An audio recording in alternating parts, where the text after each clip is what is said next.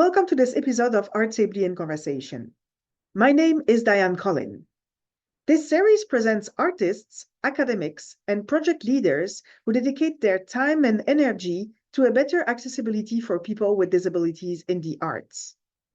You can find more of these conversations on our website, artsably.com, which is spelled ArtsAbly.com.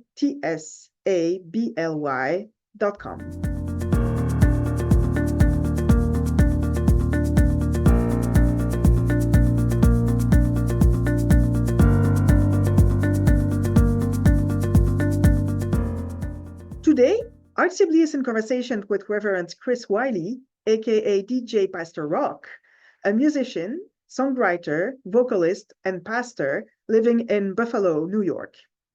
You can find the resources mentioned by Chris Wylie during this episode on ArtsAbly's website in the blog section.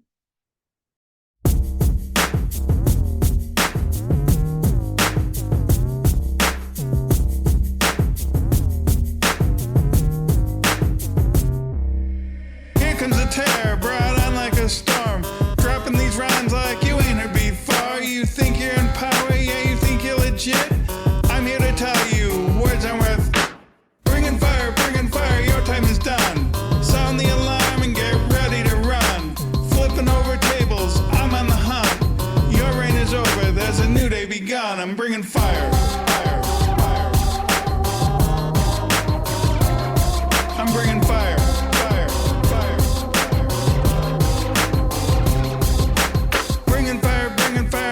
Said, building your empire, stepping on the dead, but you're just another giant, and I'm David slinging stones, gonna hit the ground. That's how this story goes. Bringing fire, your time is done. Sound the alarm and get ready to run. Flipping over tables, I'm on the hunt.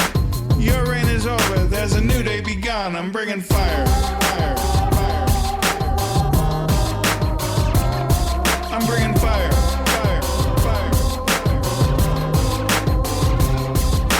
An imperfect body, but I'm still down. If you keep others out, I ain't messing around. Hanging on the margins, I'm here and I'm proud. Build me a ramp or I'll burn you to the ground. I'm bringing fire, fire, fire. I'm bringing fire, fire, fire. Bringing fire all over the earth. You come any closer, you're gonna get burned. Cranking up the heat a couple 100 degrees. Holy flamethrower, clear your eyes and you'll see. Bringing fire, your time is done. Sound the alarm and get ready to run. Flipping over tables, I'm on the hunt. Your reign is over, there's a new day begun. I'm bringing fire.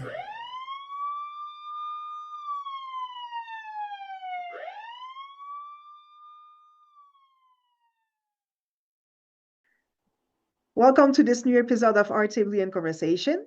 Today, I am with Reverend Chris Wylie, aka DJ Pastor Rock, who is a musician, a songwriter, a vocalist, and a pastor living in Buffalo, New York. Welcome, Chris. Hi, Diane. It's great to be here with you today. Thank you for being here. Okay, so I always start episodes by asking about background. So what about yours? What brought you to music? What brought you to everything you're doing as an activist in life? Thank you. Sure. As you said, my name is Reverend Chris Wylie, DJ Pastor Rock, and I'm a disabled, queer, wheelchair-using person.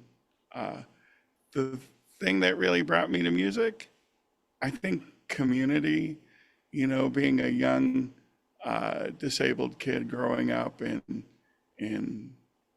like the 70s and really 80s by the time I was like entering my teens and things. There was some exclusion and there was some things like where society really didn't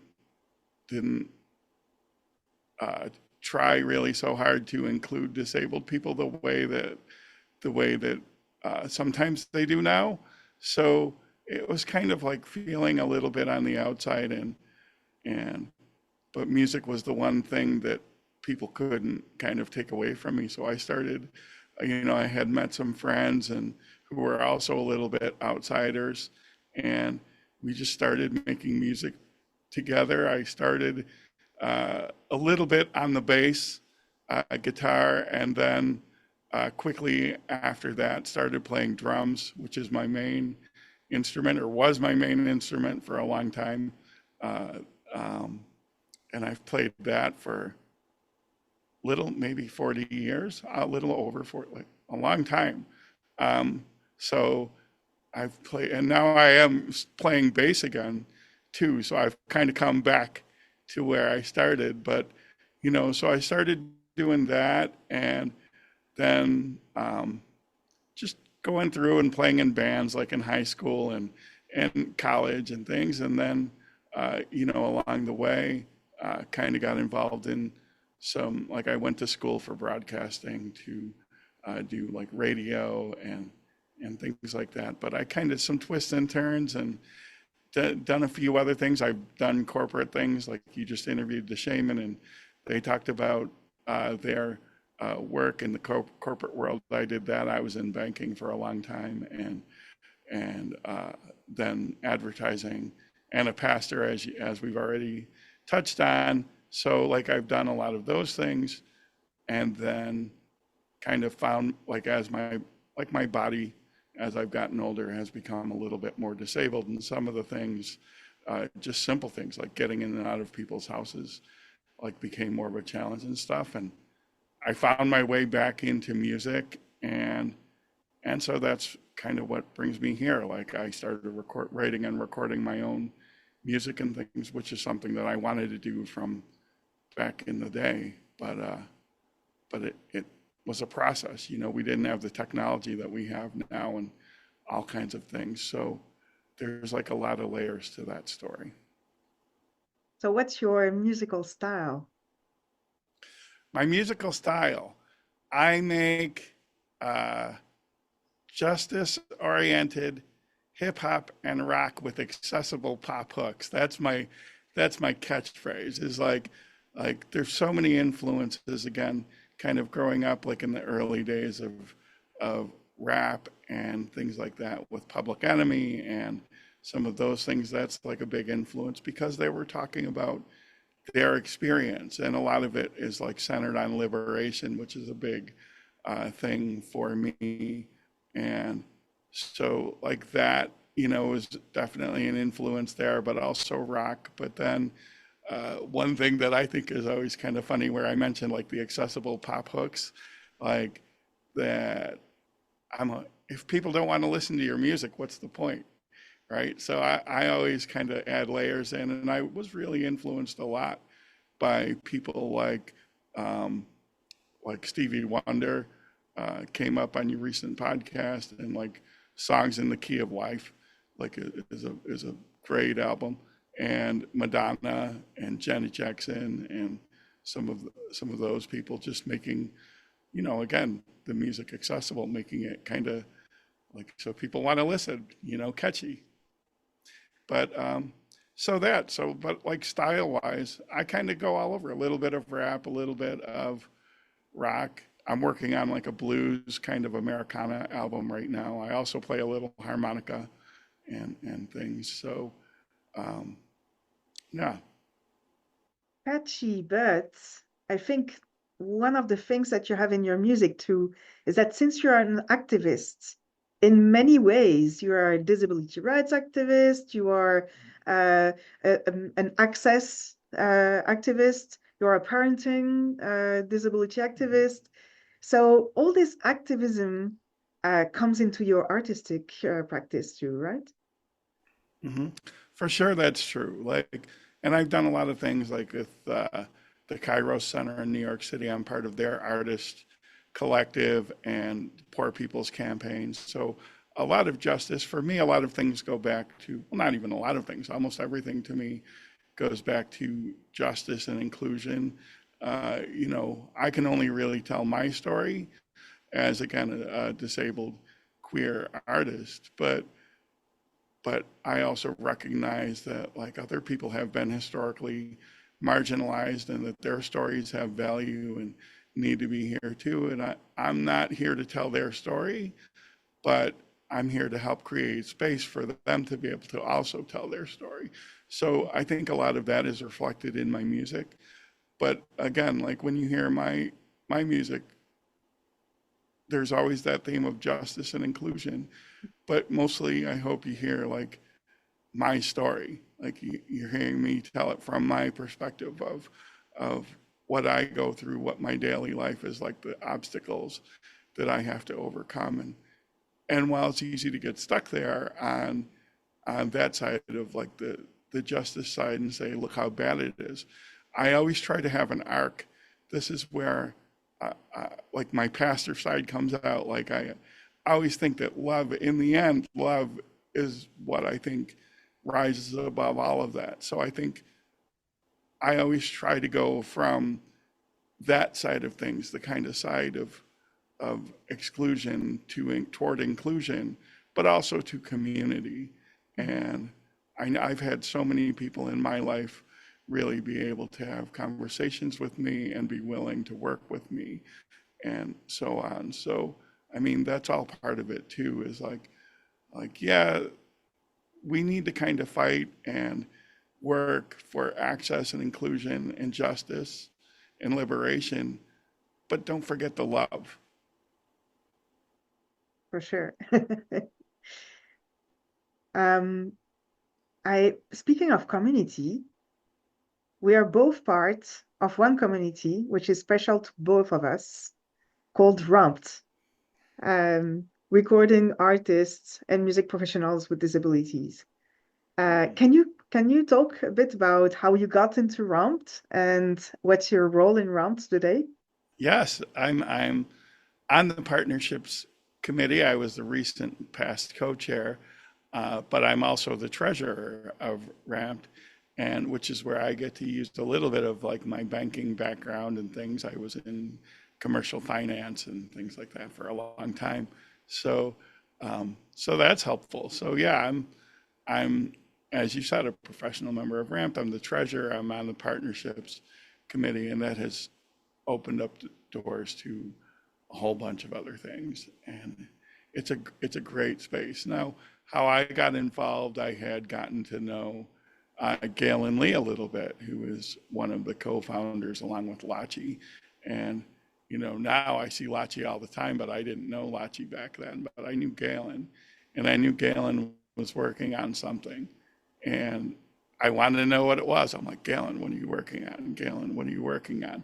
Because I mentioned just earlier in the interview at the beginning, like exclusion and all that I faced when I was a young person coming up. And that's one of the things that I love so much about RAMPT is that it's helping to amplify and lift up disability culture and create opportunities for disabled artists and others to be involved in the music industry and help kind of clear some of those hurdles, help kind of build those ramps that maybe I didn't have, you know. And I think that's what's really important to me. Like, I can't go back, but I can help try to make somebody else's path a little bit smoother going forward. So, you know, it's a win-win. I get to do the things I'm doing, but I get to help other people along the way. But yeah, a lot of that started with my relationship with Galen Lee, who is amazing and wonderful, a great person and a really great, talented musician as well. Yes, she is. And a lot of musicians I know from this community are really amazing in sharing their stories and also trying to connect and help each other, which I really, we don't see that every day in life. So it's really appreciative. I think we know what it's like to kind of be on the outside a lot of times, to have to do the extra work that sometimes we have to do.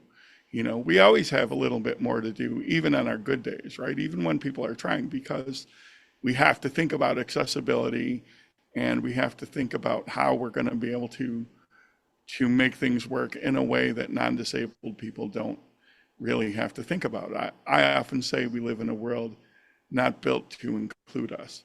So it's getting better. People are trying. We're moving forward. But we all know that. Like you and I are both wheelchair users, so we know what that's like to be rolling around and to have difficulty getting in a building, or oh, here's a flight of stairs or something. We know all of those things, and we know like where things have maybe been difficult for us.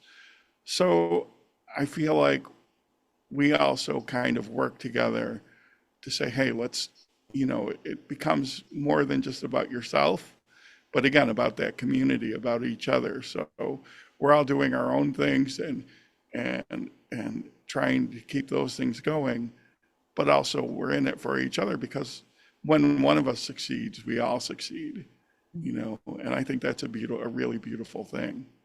And also, just as a side note, thinking about all the people I've met from Ramped, including you, who knew there were so many of us? It's kind of amazing, like to see all of these beautiful, wonderful, talented people. Yeah, for sure.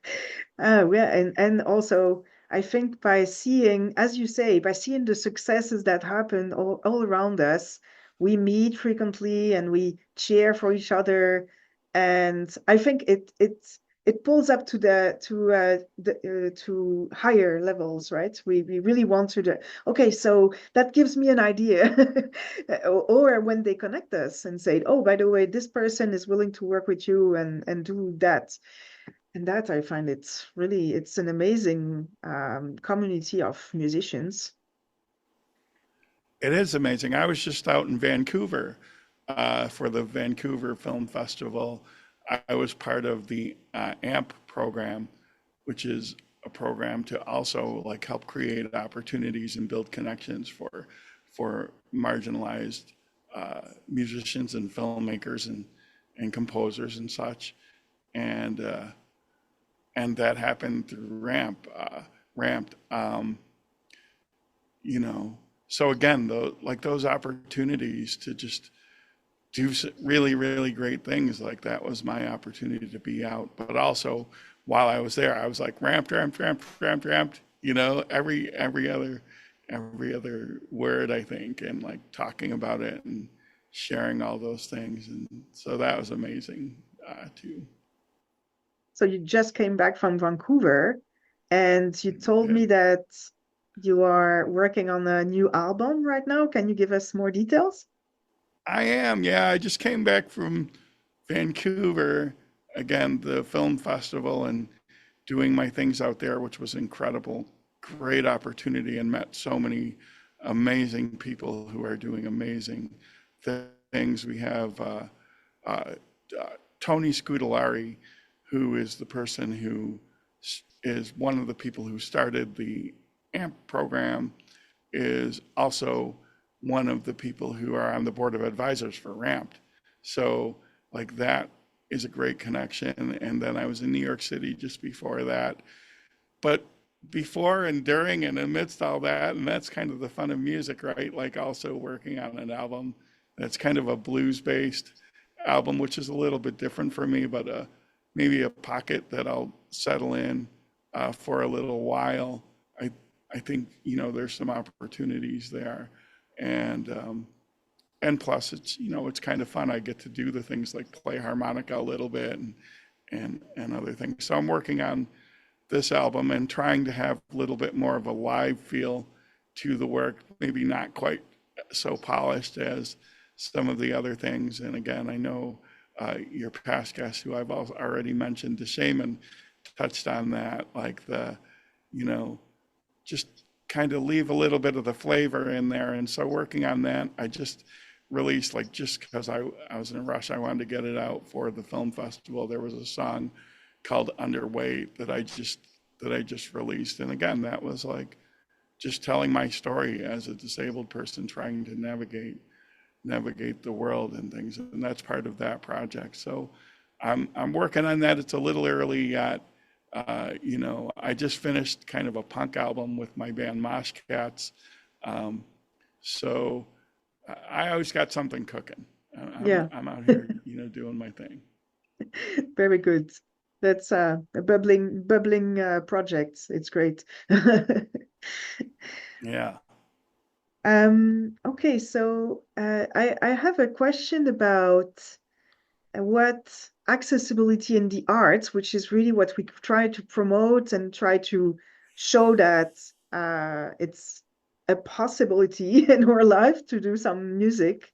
And for me, it's really it's kind of a mix between disability arts or crip culture, sometimes things like that, which is I like the notion of trying to punch in the face some notions that people have, and Mhm. accessibility arts is one.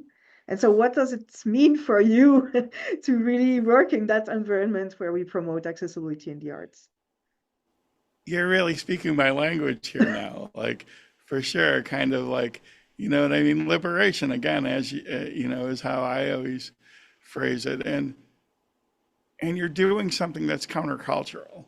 Inclusion in love itself, though, is countercultural. It's punk. You know, that's how the punk album came to be. Like, people might think, you know, punk is something that it isn't, but mostly punk is about taking systems, usually of inequity, and flipping those tables around. And I think that's what accessibility in uh, in the arts really means to me, is that, you know, hopefully people want to work with us. A lot of people do want to work with us, but in those times that they don't maybe want to work with us quite so readily, we're going to push the door open a little bit on them, and we're going to come in anyway. And you know, but again, there's just, I think I'd rather kind of focus still on the community and the love. Like, I think that's where accessibility in the arts really makes a difference. You have people outside, and then, but there's all these voices, right? And promoting accessibility in the arts, I think it's really important for us to each have our story, a space where we can each tell our story and share our experience. When I think about accessibility in the arts and what that means to me, I really think about our collective humanity, and how when um, when one of our stories aren't being heard, when we don't have the space to share our story, our collective story, our universal story is incomplete. So when I think about accessibility in the arts, that's what it means to me. Is just flipping around the tables that say, you know, only the people in the center of the narrative will have their story told. Only the people at the top get uh, all the resources. But to flip that around and say it's our collective journey, it's our collective experience, because I think when any of our experiences, any of our stories are left incomplete or out, then our collective story again is sort of incomplete. And that's what I think about when I think about accessibility in the arts, is just a better telling of our story. Like, if I were writing a play, it would be like, if I only have like scene one in the movie might be the story that most people hear, but you need the other two acts in the story to make it complete. And that's bringing in all these other voices, bringing all of our other experiences in. And so again, that's, to me, that's what I think about when I think about accessibility in the arts, is just a more complete telling of our story. I like also the aspect of teaching younger kids, because these younger kids not only will learn themselves how to, how to give their voice and how to express themselves about anything.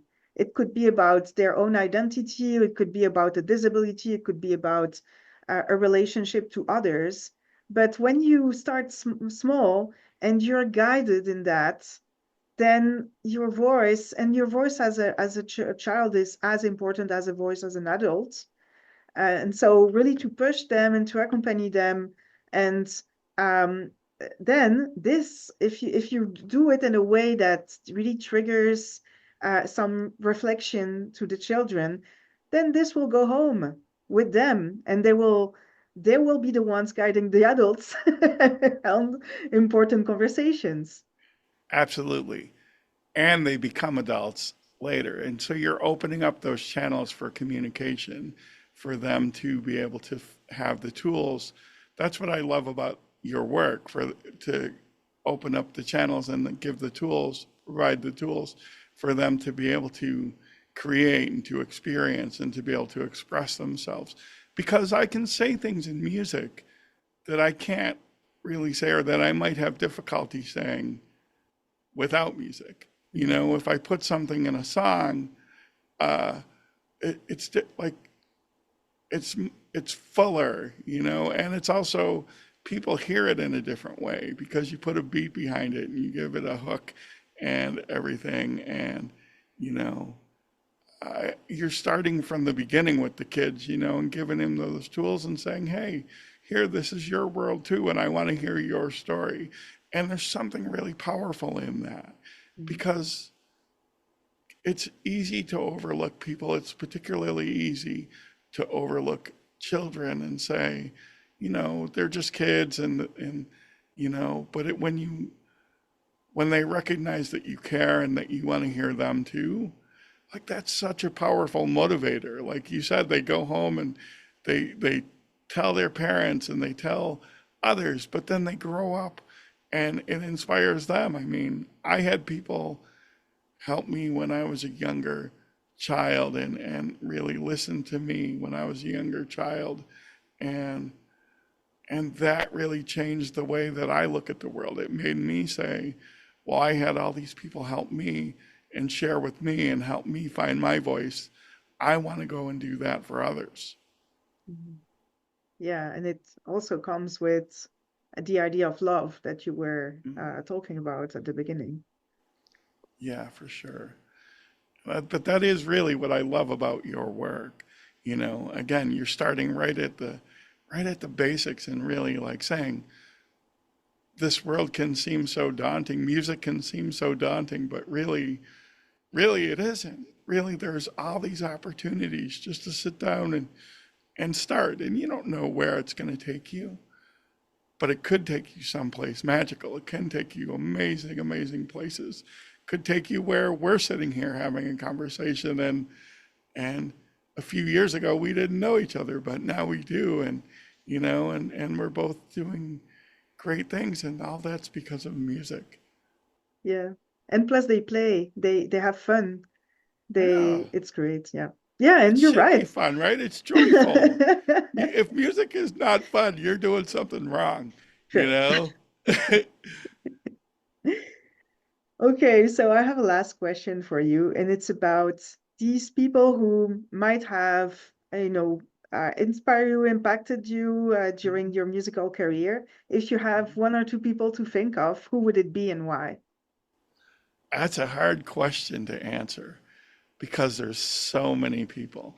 I mean, I can tell you about my influences early on, and you know, uh, I got involved like in recording studio work back in the early 1990s. That was like where I went from just playing drums to trying to write and record my own stuff and try to figure that journey out and get involved in that. So my friend uh, and Buffalo Music Hall of Famer Gino McManus was a huge influence there. But you know, but also just like well-known musicians like Johnny Cash, like Brian Wilson of the Beach Boys, like George Martin, you know, who did the Beatles work and everything, you know, and all that. But then I also think about the people who have impacted me along the way and who have helped me really explore and build my own music and how that happened. You know, I have a really close friend, MC Lars, who's an amazing person, and I met him outside of a show where he was part of a show of a band that was like an old ska punk band, and he's a rapper. But we started having a conversation, and he was like, "Write what you know," and that was early. And then there's another friend, Sam Baker, who's an amazing disabled musician also, and I happened to be able to sit down with him also at one of his shows one day, and And I said, I have all these ideas, but I'm having trouble bringing them into life. You know, how do I do that as a disabled musician? And he said something really simple.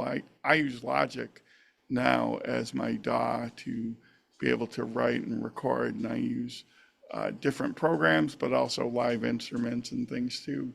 But he said, I just use GarageBand, which is like the free version of the recording software from Apple. And so we had a conversation about that, and that was a huge influence on me. And Galen Lee, who I already mentioned, again, a huge influence on me. Mary Gaucher, another queer artist who's not disabled that I know of, but is an adoptee, and that's part of my story too. And so like her work and being able to encounter her, and then just so many other people who I've worked with along the way. But again, and Lachi comes up, right, for a lot of us in Ramped, like it's Galen and Lachi and but so many others like you, the work you're doing is an inspiration to me. It really is. It's amazing. Thank you. And like I love it. And Precious Perez, and just there's, and Namel, Tap Waters, there's like so many people. Like I could just go on, James Ian, like I could just name like everybody in Ramped, I think. Like just again being able to be around and share and see those cool things. But and sometimes you get to have these conversations and say, how can we work together, or how can we share, or what can we do, and or what are you doing? And then it gives an idea, it sparks an idea. I've seen you use different things and say, I don't have that, right? But I do have this, and so how can I make this work to be able to do some of those things, and all that. It's really cool. So. Well, thank you so much for this conversation. I learned a lot of different things so that I knew you in some aspects, but there are some aspects that really, it's like always a pleasure to talk about when we're good together. So yeah, thank you so much. Diane, so good to be with you. Thank you. Well, have a great day and talk soon.